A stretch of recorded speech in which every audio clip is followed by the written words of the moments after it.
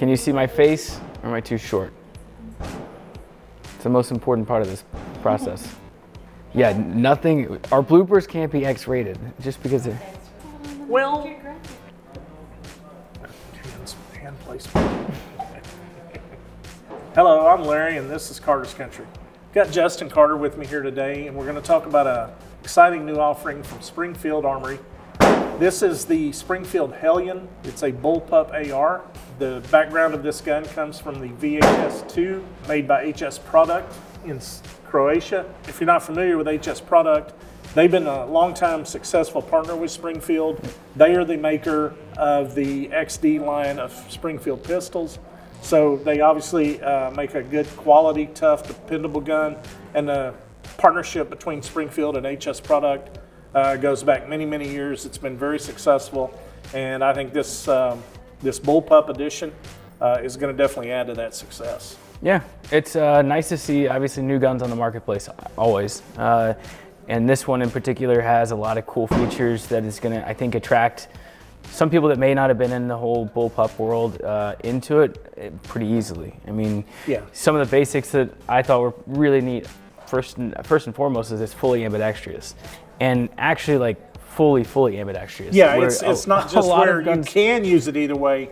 You can full on turn this into a left-handed gun, basically. And the same setup, right? That's the most frustrating part, I think, for a lot of left-handed shooters is, yeah, they may do a feature where you can switch different aspects of the gun, but this gun, from every part of it, is you're able to switch over to the other side. Even the ejection port. Identical. Yeah. Everything. Yeah, and so, to make that change, you don't need any tools. Yeah. This thing will completely disassemble with no tools, go back together with no tools, and that even includes changing the ejection port to send it to the other, for a left-handed shooter. A lot of cool features about the gun is that it's very versatile. You have QD mounts on both sides, obviously, but right here, and in the front.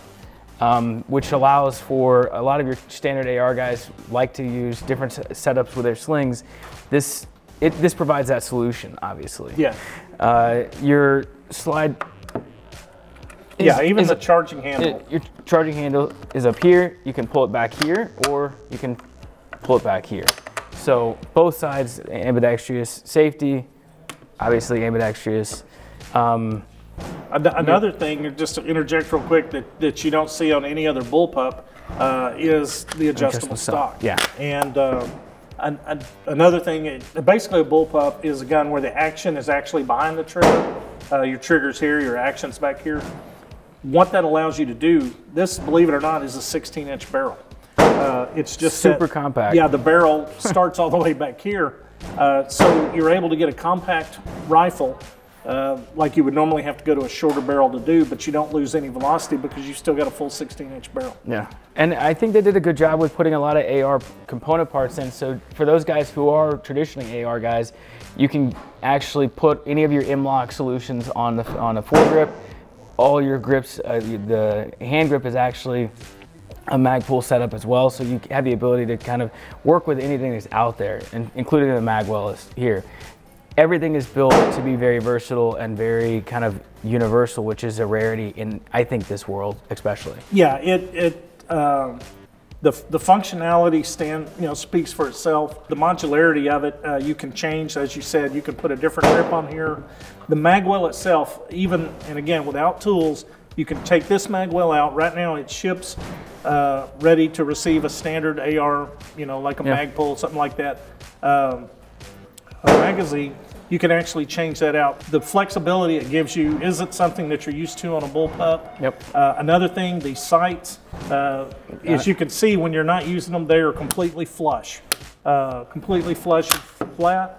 Another great thing about these, the aperture is adjustable depending on the distance you're going to be shooting.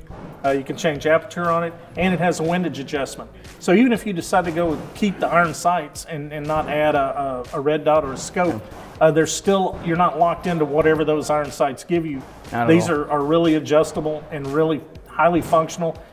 Unless you just have a preference for a different type of sight or a specific type of shooting, you don't even really need to add any kind of optics. Okay, yeah, there's just so many little neat things about this gun. The charging handle, like we talked about, you pull back, when he lets go, if you notice, it slaps right back in line and underneath your carry handle here. We got storage, so you can put any of your tools that you need to carry with you, which is handy. What would you keep in there? You don't have to answer that without a lawyer. Cream saver. Hand cream, candy, eyeliner, blush. There's a lot of things that could go in there. Yeah. Okay. We got the mag release. Again, you know, underneath, so plays fully into the ambidextrous aspect of it. And then last but not least, your bolt release bolt there. Release. Another thing here you can see in a traditional right-hand setup, your dust cover's down. That's for your standard, you know, ejecting your brass out to the right. If you spin it around, now we don't have this lowered, it would involve taking this handle off, which again, wouldn't take a lot of time. Doesn't require any tools, but if you change it out, the dust cover's already here ready to function. Yeah, I think with this being such a close copy of the VHS-2 that, you know, was developed during the Serbia-Croatian Civil War, you get a lot of the military functionality and durability, but then the little things they've added to it to put it into the civilian market has given us a bullpup like none I've ever seen. And it gives you, if you're looking for something new, not necessarily a new caliber, you know, 5.56, not a new caliber, but it gives you something new, something unique, and for me, that's one of the things I look for in guns. You know, and you can verify this with my wife if you need to fact check it. I've got enough guns. Now I want guns that make me go, man, but this is why different. I want this one. This has a lot of features that makes me say this is why I want this one. For sure. Based on, like I said, that VHS-2, they kept it very true to that while still making it, you know, being very aware that it's going to be a civilian market this thing was used in. Yeah. And they really seem to get it all right. One thing I did notice, you know, Springfield has the Saint. You know, when they got into the AR market, they had the Saint. Then when they got in the concealed carry market, they got the Hellcat, and now the Hellion. These are some pretty.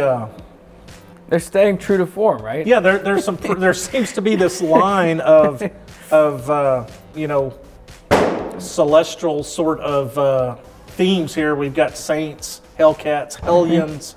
It's interesting market ploy. I don't know where they're going with the next one, but I can't wait to see. Yeah, no, I mean, it's exciting to see, like I said earlier, it's exciting to see a new gun from Springfield come into the stores. They do such a good job for all of us. So swing by, check them out, and hopefully we'll see y'all soon. Yeah, and remember, if you enjoyed this, please give us a like when you watch the video. Subscribe to our channel. Feel free to comment, give us feedback and suggestions. We're always open to it. We're pretty thick-skinned, so if you don't like it, that's okay. Go ahead and let us know that too. We'll try to do better. And remember, if you've ever shopped, shot, or hunted with us, you're already a part of the Carter's Country family. Until next time, adios. Pretty smooth? It was okay, I guess. I just want to say how creepy it was that you said you could put candy in there. That did not come across. I want it to be real. I want them to know the real me, whether they see me out here or see me here. And hidden Skittles in all your pockets. That's the real Justin. Can we just start calling him Skittles? When I was a kid, my grandmother would pack, on the feed runs, we'd go out with my grandfather and she'd pack me a little bag of candy, little peach buds. And I would carry those with me, and that was, I always had candy with me. That's nice. That's a nice memory. My grandma used to make me shell peas and cracked pecans. But you got candy. I'm happy for you. That's great that your grandma did things like that for you while I was working. I was working. Yeah, eating candy, watching somebody else on the feed runs. I mean, that is a version of work. I'm done. Okay, adios. It's been a real pleasure, y'all.